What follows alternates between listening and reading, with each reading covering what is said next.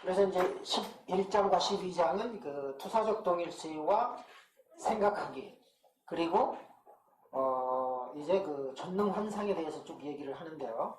거기서 보시면은 전능 환상은 뭐냐? 한때는 원하는 거죠. 그런데 지금은 원하지 않는 감정이에요. 한때는 원했는데 지금은 원하지 않는 감정. 어머니가 갖기를 바라는 감정을 어머니 안에서 일으키는 방식. 이제 이런 것들이 일종의 그러니까 원하지 않는 자기의 그 인격의 어느 일부를 일시적으로 떼어내가지고 대상에게 전달하는 거죠. 그러니까 이제 내가 원하지 않는 인격의 일부를 이제 그 상대방한테 줘놓고 또 상대방 안에서 그 감정을 이제 일으키게 하는 거죠. 이게 이제 투사적 동일시하고도 굉장히 비슷한 건데 이제 이것을 이제 그 전능 환상이라고 표현을 했어요. 그럼 어떤 것이 있을까요? 내가 원하지 않는 것을 일시적으로 떼어내서 상대방한테 전달하는 경우가 뭐가 있을까요?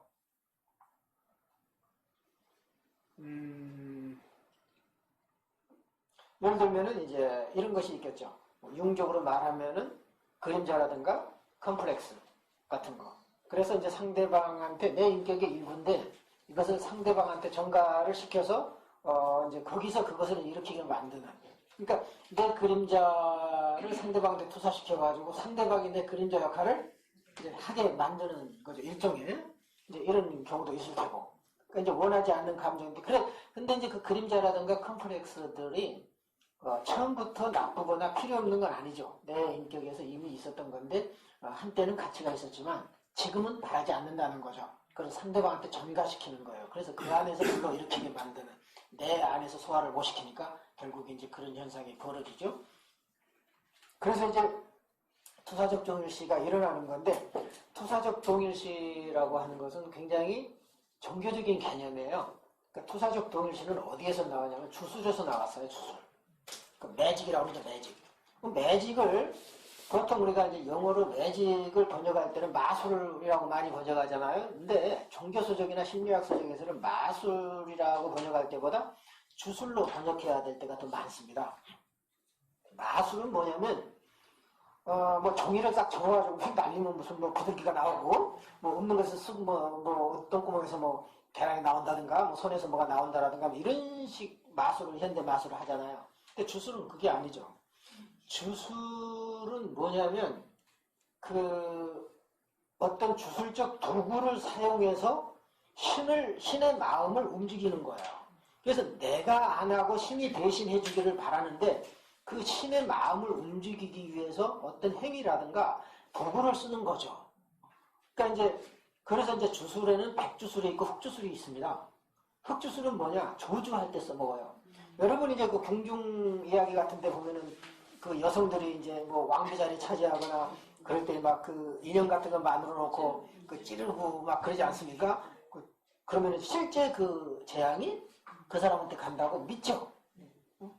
근데 이제 그것을 오늘날 같으면은 그거 예를 들어서 법정에 가서 내 인형 만들어 놓고 찔렀습니다. 그래서 그게 걸렸다면 법에서 어떻게 할까요? 오늘날 어떻게 할까요? 감옥에 집어넣을까요? 그런데 옛날에는 어떻게 했어요? 그걸로 사약을 내리고 처벌을 했죠. 왜 그럴까요? 사실 유무를 떠나서 이것은 믿음 체계입니다. 이것을 믿음 체계라 그래요. 빌리프 시스템. 그것을 믿으면 그대로 이루어지는 거죠. 그렇게 믿는 거고 효과가 있다고 믿으면은 실제 일어나요. 그런 현상이 심리 현상이라든가 정신세계가. 그래서 옛날 사회는 그것을 믿었고 진짜 효력이 있었다고 믿었기 때문에 그런 저주를 못하게 했고 걸리면 아주 옛날부터 크게 그것은 아주 엄벌로 다스렸던 거죠. 단순히 미신이기 때문에 그런 거 아닙니다. 미신 가지고 그렇게 죽이기까지 할 수는 없죠. 이것은 실제 강력한 효력을 발휘한다고 믿었기 때문에 처벌을 했고 사형을 집행했습니다. 실제 사람 죽이지 않았어도 그만큼 믿음 체계라고 하는 것은 대단한 겁니다. 우리는 합리적인 게 아니에요. 그리고 이제 그것을 흑주술이라고 그러죠. 흑주술은 블랙 매직이라고 그러죠. 블랙 매직 영어로. 그리고 이제 백주술은 화이트 매직이라고 그러는데, 주로 이제 우리가 이제 농경사회에서 많이 쓰죠. 예를 들어서 이제 뭐, 봄에 무엇을 하게 되면은 농사가 잘 된다든가, 뭐 그런 거 많이 풍습이 있어요. 뭐 이제 과학적인 것도 있고요. 어쩔 때는 비과학적인 것도 있지만은 이제 봄 되기 전에 씨앗을 가지고 뭐 어떻게 한다라든가 또 뭐 물에 띄웠는데 뭐 그 뜬 건 안 쓰고 가라앉은 것만 쓰고 또 뭐 사고 이런 것은 이제 뭐 병충해 예방에도 좋다고 그러더라고요. 실제 이제 과학적인 근거도 있지만 때로는 그렇지 않는 것도 이제 그런 의식을 지름으로써 그 농사가 잘 될 거다 하는 것도 있고 이제 그 옛날 사람들은 비가 안 오면 기우제를 지냈잖아요. 일종의 기우제를 지내는 것도 주술적인 거예요. 기우제를 지냄으로써 신의 마음을 움직여서 풍요롭게 되기를 원하는 거죠. 그리고 이제 그 고대 이집트에서는 이제 이집트 그 나일강 근처에서는 나일강이 범람하면서 그 범람한 토사를 가지고 농사를 지었지 않습니까? 그런데 제일 이집트에서 농사 지을 때 문제가 됐던 게 사람이었습니다. 오늘날도 농촌에서 사람을 못 구하지 않습니까? 옛날에도 그랬어요. 고대 사회에서도 사람을 구하는 게 제일 힘들었단 말이죠. 그래서 이제 농사를 짓기 위해서 그 농사 짓기 전에 이제 그 뭐를 하냐면은 지금도 이제 발견이 되는데 그 땅을 파보면은 저도 봤어요. 그 이만한 사각형 그 나무로 만든 사각형 상자가 있어요. 그 상자를 열어보면은 한 이 정도 크기의 그 돌로 만든 사람이 계속 차곡차곡 쌓여 있는 거죠. 그러면 이것이 뭐였냐면은 이렇게 사람이 많아서 농사 짓는데 아무 지장이 없게 해달라는 일종의 신의 마음을 움직여서 신이 봐야 될 거 아니에요. 사람이 많네? 사람 많게 해줘야지 하고 신의 마음을 움직이게 하는 겁니다. 그러니까 어찌 보면은 신인 동용론적인 마음이고 지금 우리가 생각하면 우습기 짝이 없을지 모르지만 그렇잖아요. 굉장히 이것은 정서적인 거예요. 인간의 어떤 모든 마음을 여기에 담아서 신이 그걸 보고 감동하도록 만든 거죠. 이런 원리가 멜라니 클라인이 말하는 투사적 동일시입니다. 그러니까 투사적 동일시라고 하는 것은 뭐냐면은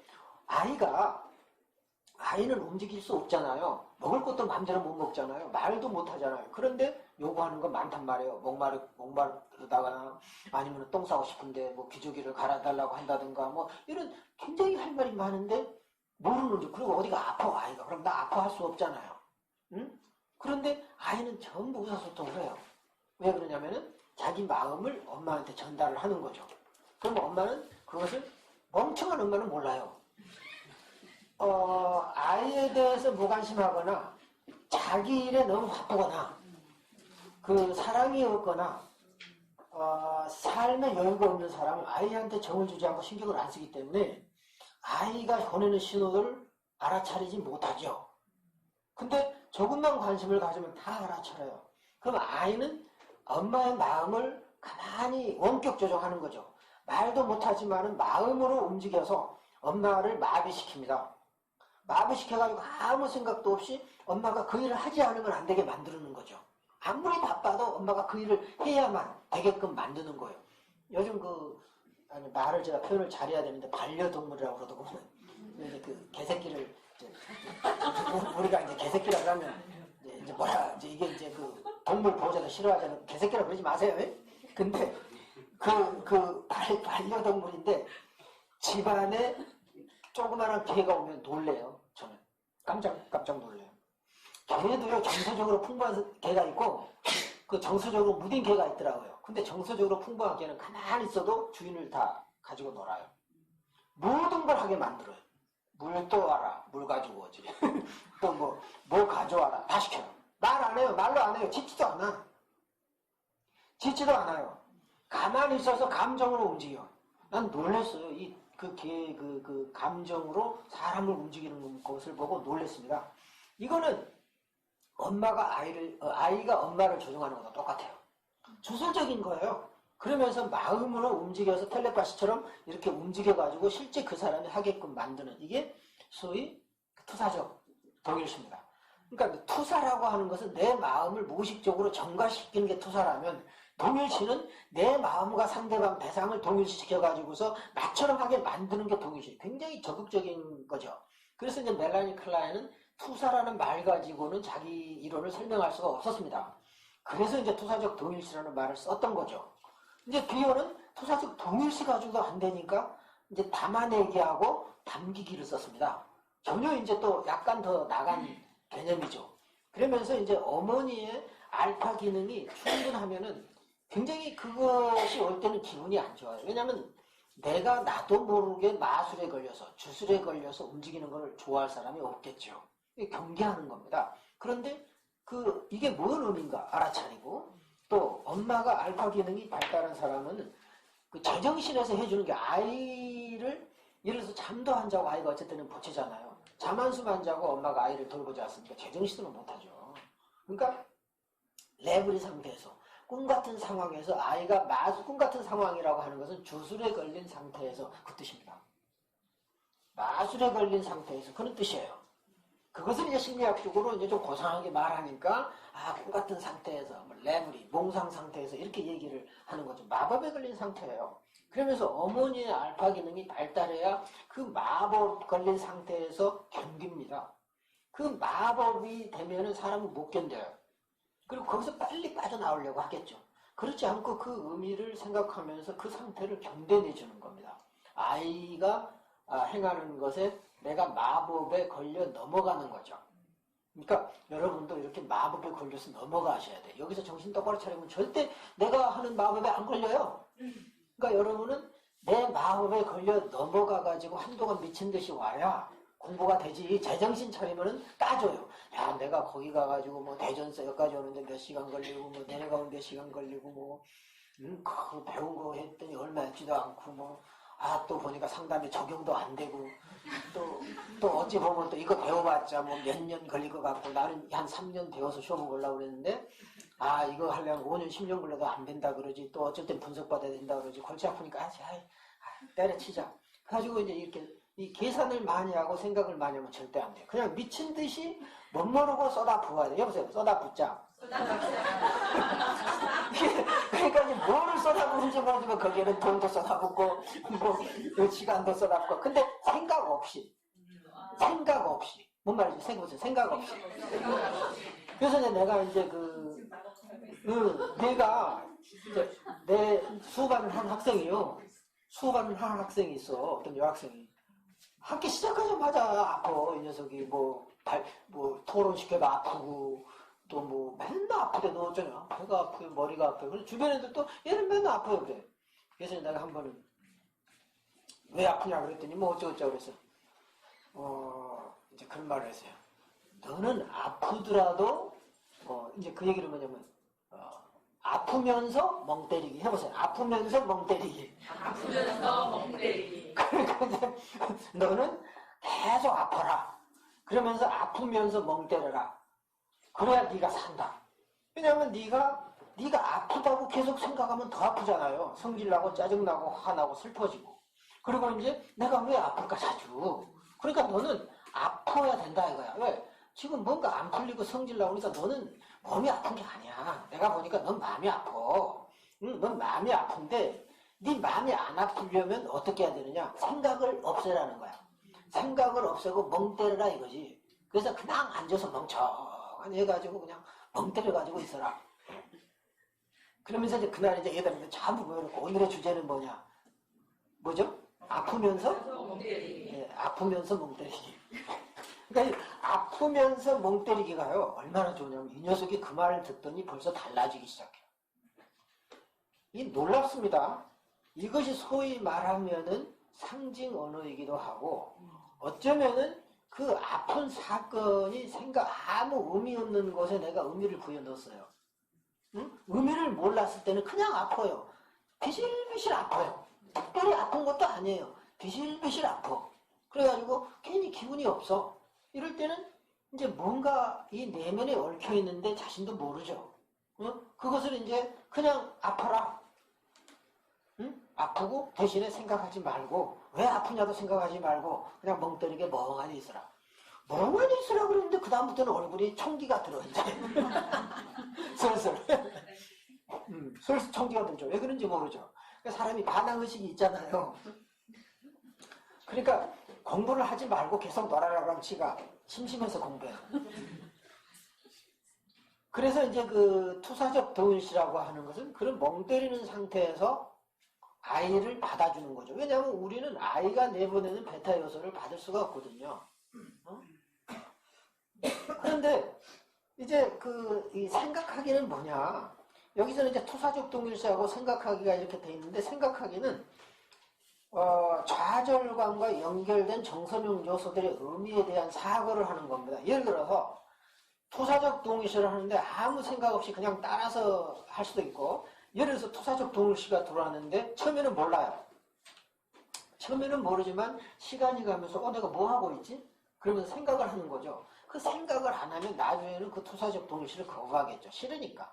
왜냐하면 자기가 마법에 걸리는 걸 원치도 않고, 아이가 배 타서 쏟아부는데 좋아할 사람이 어디서 맨날 똥 싸고 깔개도 울고 난리를 치는데, 그러니까 이 의미가 뭐지? 아이가 아픈 건가? 아니면 내가 뭔가 실수한 것이 있나? 근데 이렇게 생각을 하게 되죠. 그리고 생각을 하기는 귀찮아요. 생각하면 안 해야 될 일이 생기죠. 그러니까 절대 여러분은 생각하지 말고 멍 때려야 되는 거예요. 멍 때려야 되는 건데, 분석을 하면 어떻게 되죠? 생각을 하게 됩니다. 그러니까 분석을 하면서는 절대 생각하지 마라 그러죠. 말은 생각하지 마라. 반성도 하지 마라. 그렇다도 어때요? 생각하게 되죠. 분석은 사고하기입니다. 사고하기를 연습하는 거죠. 의도적인 사고가 아니에요.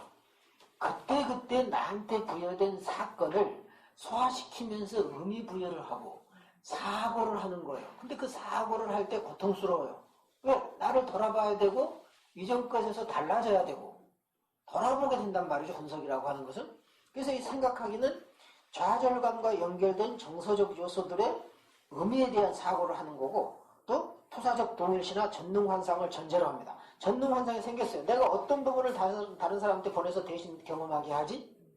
또 내가 투사적 동일시를 어떤 사람한테 보내는 거죠? 그래서 그 사람은 나도 모르게 보내잖아요. 그러면 그거를 전능환상을 받은 사람, 투사적 동일시를 받은 사람은 처음에는 모르지만 나중에는 해석하게 되고 생각을 하게 된다는 거죠. 그것이 소위 그 담아내기입니다. 응? 그 사고와 전능환상과 투사적 동일시를 내가 담아내는 능력이 없으면은 나중에는 결국은 그 방출해버리거나 거절해버리거나 무시해버리게 돼 있어요. 그러니까 우리가 그 상담을 할 때 그런 경우가 굉장히 많아요. 우리도 모르게 내담자가 말한 거를 무시해버린다는 거죠. 그것을 일반 상담에서 뭐라 그래요? 비합리적인 사고라고 몰아쳐버려요. 비합리적인 사고가 아주 나쁜 말이에요. 비합리적인 사고는 좋은 뜻이죠. 우리는 비합리적이라야 되거든요. 제정신으로 살 수 있습니까? 그리고 부모가 자녀를 합리적으로 키울 수 있어요? 원래 양육이라고 하는 것은, 생명이라고 하는 것, 권능성이라고 하는 것은 비합리적인 거거든요. 근데 비합리적인 것을 자꾸 우리는 나쁘게 생각해. 그래서 그 비합리적으로 생각하는 것은 이제야 정신 차렸구나 이래야 돼요. 응? 비합리적인 사고를 하면 이제야 네가 정신 차리고 이제야 네가 사람이 돼가는구나. 그러니까 꼴통짓은 비합리적이죠. 왜? 사람들이 다 정해놓은 룰을 어기니까. 비합리적이고 잘못된 것 같지만 어겨봐야 뭐가 옳은 것을 알거든요. 어겨봐야, 빗나가 봐야.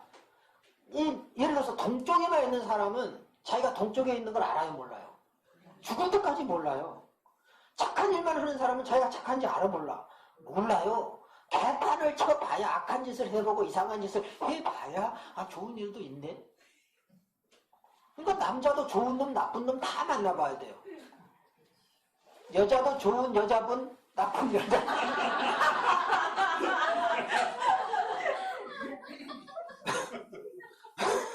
뭐였습니까? 갑자기 이게 언어 순환을 하려니까 잘 안 되지만, 이렇게 방송을 탈 때는 언어 순환을 해야 되는 거예요. 그래서 비합리적이라고 하는 것은 어쩌면 합리적인 것에 동화됐고 합리적인 것에서 길들여진 것에 대한 일탈이죠. 일탈이라고 하는 것은 다시 말하면 어떻게 보면 일탈이지만 반쪽만 봤던 것을 나머지 반을 보는 겁니다. 절대 이건 일탈이고 잘못된 게 아니에요. 한쪽 면만 있다가 다른 쪽을 보려고 하는 거죠. 그것이 사회가 금하고 세상이 금하고 법이 금해서 그렇지, 솔직히 나는 마누라 10명, 20명하고 같이 살고 싶어. 능력만 있으면. 근데 아마 다 호응하면 살까요? 네 맘대로 해봐. 그래. 너 아마 요즘 재벌들 많잖아요. 너 마누라 20명 데리고도 살아. 법이 한번 해준다고 20명 데리고 살까요? 아마 정말 고통스러워서 못 살 겁니다. 아마. 20명의 여자로 아마 그 시달리면 아마 그 고통스러워서 못 견딜 겁니다.